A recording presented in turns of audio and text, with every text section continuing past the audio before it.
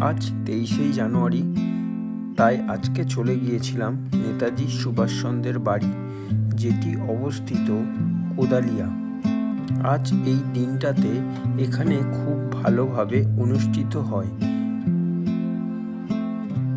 আমার মতো প্রচুর লোক এখানে এসেছিল আজকের এই দিনটাতে নেতাজির বাড়ি ঘুরতে। এখানে অঙ্কন প্রতিযোগিতা থেকে শুরু করে আরও নানান কিছু এখানে অনুষ্ঠিত হয় আজকের দিনটা। চারিদিকটা দেখুন, সবাই নিজের হাতে এঁকে সেগুলোকে সাজিয়ে রেখেছে।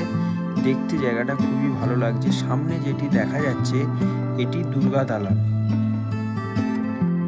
এখানে বিভিন্ন হাতের তৈরি জিনিসের স্টল দেওয়া আছে।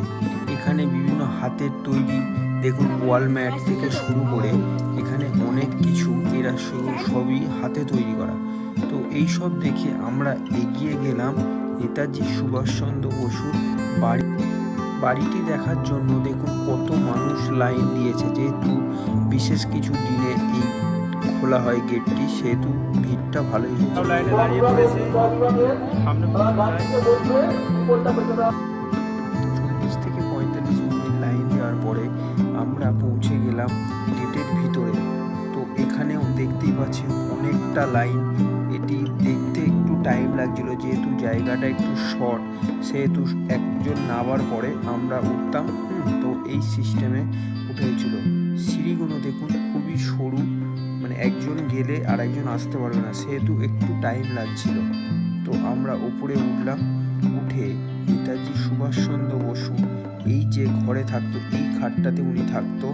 বিশেষ কিছু নেই, এইরকম কিছু একটা খাটিয়া রয়েছে আর একটা তক্তপোষ, আর ওনার কিছু ছবি আছে। তো সেটি আমরা দেখে আবার বার হয়ে এলাম। শুনেছি ওখানে কেউ থাকে না এখন, এখানে থাকে বলতে একজন কেয়ারটেকার থাকে এই ঘরটিতে। তো আমরা ওখান থেকে ঘুরে আমরা চলে এলাম বাইরের দিকে। তো বাইরে এসে দেখলাম এখানে আঁকার প্রতিযোগিতা হচ্ছে। কত বাচ্চারা এখানে আঁকছে, দেখতেও ভালো লাগছে। আজকের দিনটাতে এরা খুবই ভালোভাবে একটা আনন্দের সাথে এই অনুষ্ঠানটা করে, দেখতে সত্যি খুব ভালো লাগে। তো কেউ যদি না গিয়ে থাকেন এই 23শে জানুয়ারিটা, আপনারা একবার হলেও ঘুরে আসতে পারেন কোদালিয়ার এই বাড়ি।